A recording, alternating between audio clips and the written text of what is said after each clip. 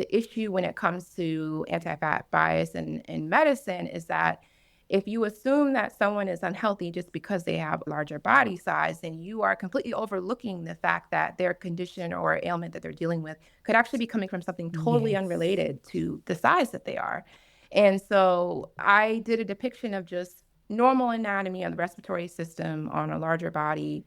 And the reason why I intentionally did it was because I was trying to make a point that normal anatomy should be shown on larger Yes. bodies. It doesn't, if we only show pathology on a larger body, it's going to pigeonhole that mold, and people are going to assume that there's something wrong because it's the larger body. That was Nika Ford, Board Certified Medical Illustrator and founder of Enlight Visuals, a medical and scientific visualization studio specializing in accurate and inclusive visuals for healthcare materials and medical and scientific literature. Welcome to She Really Gets It, a public health podcast. I'm Stephanie Rhodes, a Black woman, public health professional, and your guide to understanding how policies, institutions, and the systems that uphold them harm the public's health, but also how people are coming together to repair that harm and change the system. In this episode of She Really Gets It, Nika and I discuss how visual representation affects bias in medicine and the role of medical illustrators in not just shaping how patients are perceived in health systems, but if they are perceived at all.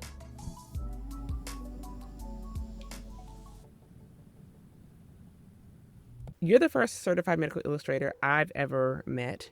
So can you just tell the audience or tell us, what is a certified medical illustrator? Medical illustration is basically using art to explain complex topics in science and medicine to a wide variety of different audiences. And I got my certification back in 2021. You don't actually have to be a certified medical illustrator to practice in this field. Certification is optional, but it's kind of an extra step that you can take that gives you a leg up. The job market is a bit competitive in this field, so being certified can help with that. And it basically is a 5-year certification process to where I renew it every 5 years, similar to a medical certification. And you stay up to date with practices in the field, business practices, and your artistic skills and things like that. So, but you don't have to be certified. But yes, the field of medical illustration in general it's really exciting. I love it because it's really at the forefront of using new technology and art to depict science in ways that help people understand it Yeah. better. And so what drew you to medical illustration, and how did you find your way into such a specialized field of work?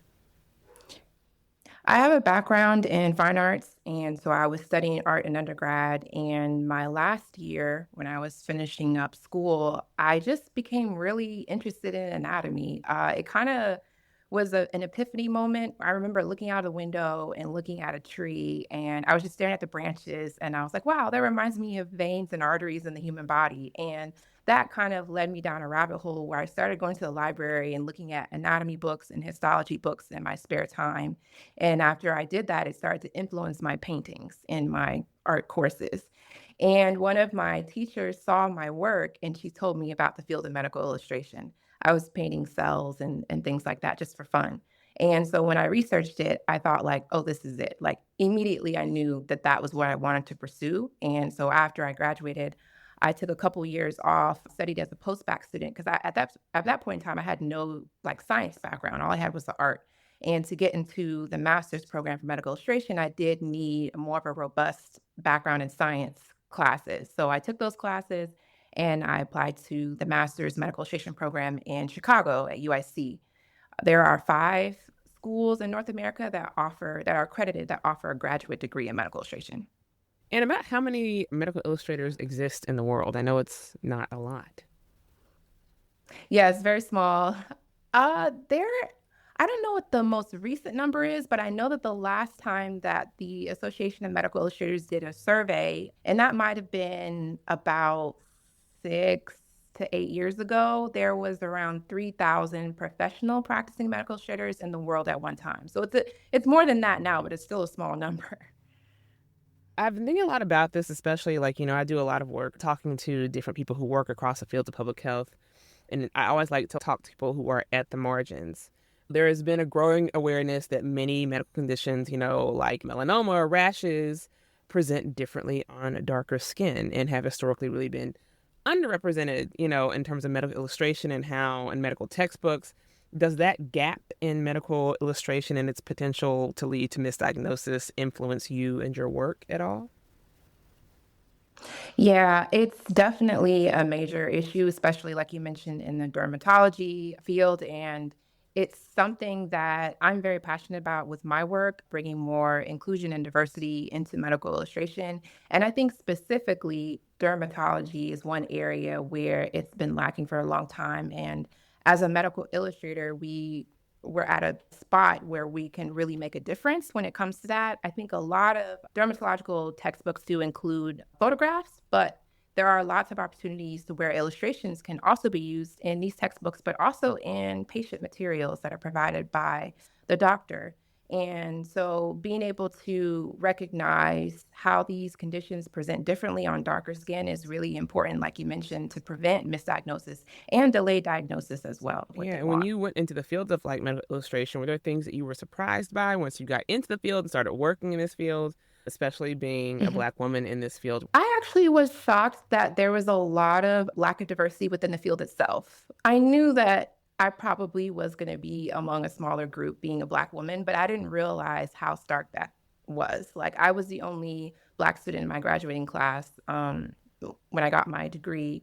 And there's a lack of just, I think, diversity within the field itself. And that also is reflected in the visuals being produced. So that's something that's changing. It actually is changing now. There are more awareness, I think, about it. And so more people are, just from different backgrounds are going into the field of medical illustration, but there's still like a very small percentage of us that are Black within this field. Okay. And are there, when you think about just the field of medical illustration, I think about who gets to become a medical illustrator. Are there specific barriers that you can think of that sometimes prevent people from going into this field?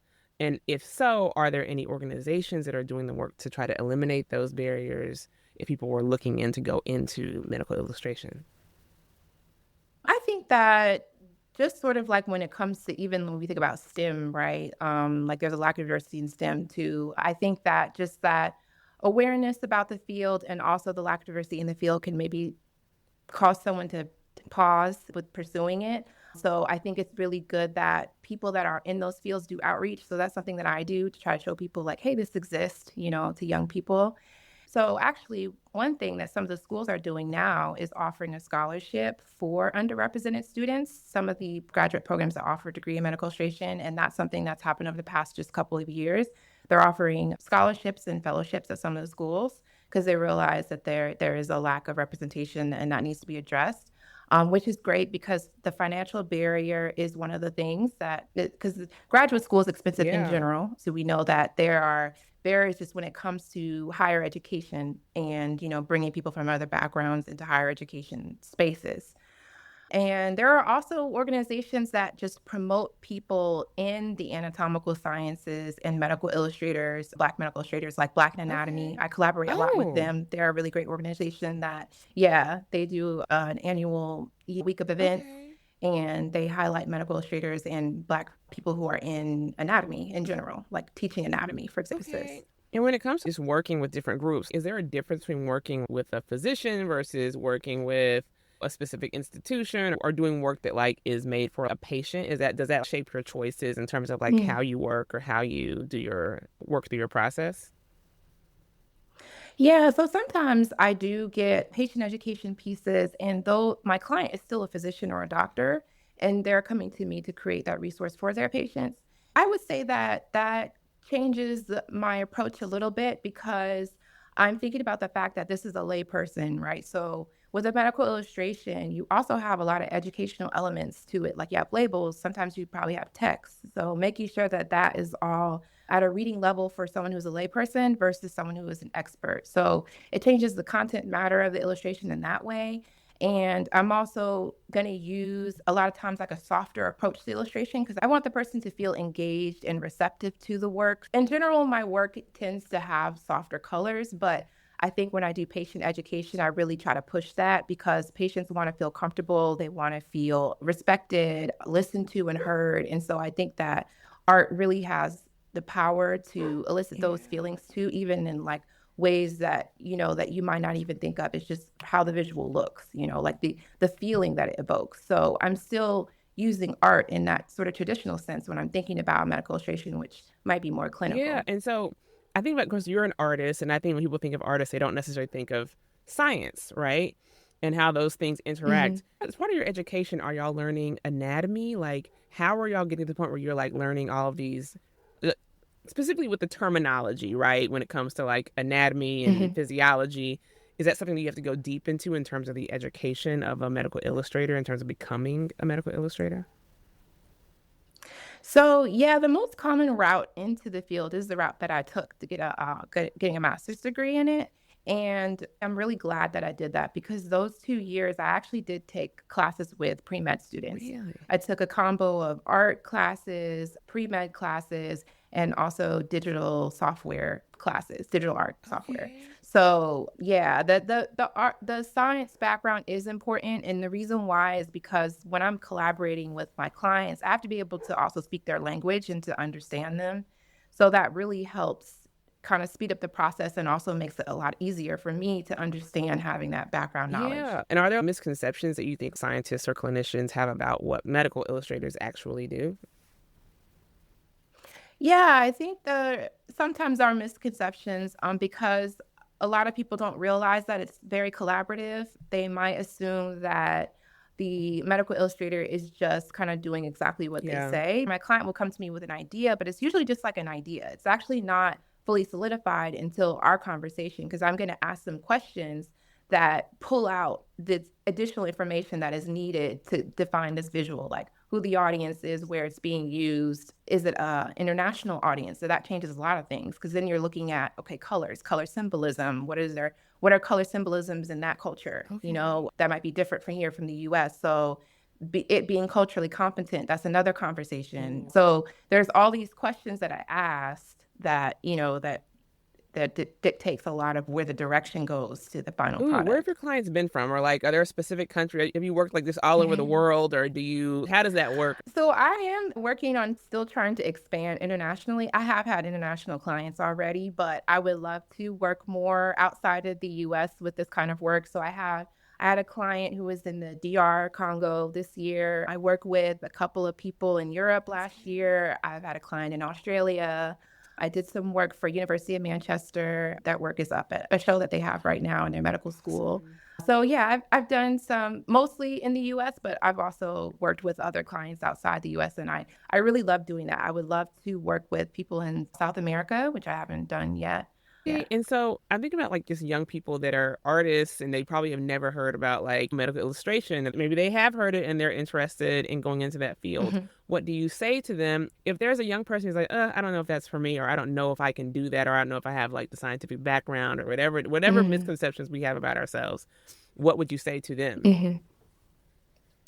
I would say that, like with anything, you become better with practice. I think that, my whole life, people look at my art and say, like, oh, you're so talented. And I do believe that I am very talented, but I've also been an artist my whole life.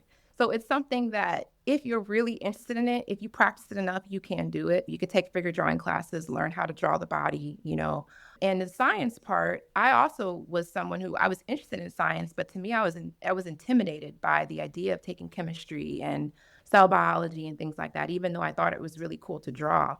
And it's just one of those things where I think if you have an interest or a passion for it, it is something that you can do. And it's very exciting to being able to combine these two things. And another part about this field, and I think entering it as a young person, is that if you're using art to help you, like, let's say, study or learn anatomy or the cell biology, the two things kind of help each other. Because for me, as a visual person, when I was taking the science classes, I would draw all the like muscles and everything I was learning, and that helped me understand it better. So I really think that the two things kind of feed off of each other. And I think that the fact that you're, you know, learning art or taking art can help you with the science portion of it. Intellectual property is a big conversation happening right now. How do intellectual property and Mhm. like copyright work in medical illustration, or who owns the images that you create? Yeah, that's a great question. So usually when you work for an institution, it is owned by that institution. But when you're a freelance like me or a business owner, self-employed, you own the copyright to your work. There are instances sometimes where a client might ask for a buyout because maybe they're using it for commercial purposes or something like that. And in that case, there is a standard in the field to at least like double or triple the original amount because you're giving away your rights to use the work again. So you can also actually like take your work to the copyright office and get it Okay. copyrighted if you want to do it that official sort of way. And that actually is a practice that is recommended for medical illustrations that are designed that have like a really big public health impact. For example, there was a 3D visualization of the COVID molecule when the pandemic Yeah. hit that was gray with red spikes. You probably Yes. saw that. That was done by the medical illustrators who worked at the CDC at the time. So they created that. And so some of our work ends up going viral because it's like it's how we're visualizing these new, scientific Yes. discoveries. And those ones you definitely want to get that officially copyrighted because it's going to be in a lot of places. So I used to work at a medical school in New York for about 5 years. I worked at the Icahn School of Medicine at Mount Sinai. Okay. I was an academic medical illustrator. When I worked there, my work was it's owned by the institution. So I can still use that work in my portfolio, but that's about it. And now everything that I can create, I maintain copyright of Okay. it. And have you like personally ever had encountered moments in your career where you had to, push back against like default assumptions about how a body should look in an illustration? So surprisingly, I haven't gotten that a lot when it comes to race. I found that a lot of my clients have been very open and wanting to show diversity of races in medical illustration, but I have encountered that when it comes to anti-fat bias. Yeah. So Okay. I've done medical illustrations of larger bodies before, and that is something that is also highly Yeah. underrepresented in medical textbooks, of anatomy. And the kind of pushback I got from that was sort of along the lines of people saying, well, this is conflating obesity or a larger body size with a person being like unhealthy. And I think that the issue when it comes to anti fat bias in medicine is that if you assume that someone is unhealthy just because they have larger body size, then you are completely overlooking the fact that their condition or ailment that they're dealing with could actually be coming from something totally Yes. unrelated to the size that they are. And so I did a depiction of just normal anatomy of the respiratory system on a larger body. And the reason why I intentionally did it was because I was trying to make a point that normal anatomy should be shown on larger Yes. bodies. It doesn't if we only show pathology on a larger body, it's going to pigeonhole that mold, and people are going to assume that there's something wrong because it's a larger body. No, that's not what we want to. Yeah, Yes. that's not a stereotype that's And healthy. it's serious for doctors. I had an incident with a doctor. I was going in for like stomach pains, and when I before I gone in, like they weighed me, your height and weight, and he kept Hmm. saying he was dismissing what I was saying. He's like, "Oh, we just need to lose some weight," and I was like, "That's not why I'm having stomach Mm, issues." I was like, "This is very serious. I'm having like some serious problems, and I just wanna. yeah. I was trying to get a colonoscopy early. I was like, I know I'm not old enough, but I Oh just want yeah. one, and he was so dismissive of, "No, you just need to lose some weight," and I was like, no, like you're not listening to me. And I think part of that is also in medical school, what people are learning bias in medical school and what's wrong. And if it's a larger Hmm. body, they just need to lose 20 pounds. And I know that's also an issue where often Yeah. people they get diagnosed late and when they have a very serious issue that has nothing to do with weight. And until they lose the weight, the doctors won't take them seriously. So honestly, I think it's so cool that you brought that up about anti-fat bias in medicine because I think it's something that really does go overlooked because so many people are so biased against larger bodies in ways that it's so Yeah. normalized. It's so normalized that like it's acceptable. Yeah. It's very normalized, and a large part of that is because of the underrepresentation. I really think that if medical students were exposed to more of these different kinds Yeah. of bodies in their medical training materials, then when they become healthcare providers, they're not holding this implicit bias anymore because they've already been exposed to a variety of body types. It's the issue is when they're not exposed to that, then there's not as much empathy or a recognition of different body types, and then you have these biases that we see come up. Oh, There was a study done that showed that 99% of images depict patients with lower body mass indexes in anatomy textbooks. When a patient can see themselves in the material, it actually facilitates more conversation between them and their provider. And we know that historically there's been like a large amount of mistrust in the Black community in the medical system. yes. And so I think that it also helps to, relieve that mistrust too, because that has been something that when you feel like you can trust the medical system, you trust your doctors providing you care, you have higher adherence to medication and to medical interventions that they're, suggesting for you. And so it can really help, I think, with patients, actually receiving the information when they feel that they can trust. And so when you see yourselves, then you feel more comfortable trusting the information that's being given to you. Yeah. I love that. I love that. That's so cool. And so for you, I know, you've been doing this for a while. How do you think this career has, the field of medical illustration has changed, especially we're in the era of AI and all of this stuff? Is that something that you've noticed in terms of changes in terms of your work or how you work? Yeah, there's been a lot of AI softwares that I've seen pop up, and I AI has not been able to produce accurate representations of anatomy from what I've seen, whether it's cellular or gross anatomy. And I'm not really worried about job security because it is very inaccurate. And that's like the basis and foundation of medical illustration. So I do talk about that a lot. Within our field, we discuss that, and we also make sure that we talk to those people that we work with and let them know that, how vital and important it is to actually work with a medical illustrator. Because even beyond the accuracy point, because, we're trained with the science background, but also on top of that, AI doesn't know how to facilitate what comes out of the human interaction. So you have the collaborative aspect where I'm Yeah. talking to a client and stuff like that. That's not something that AI can replicate.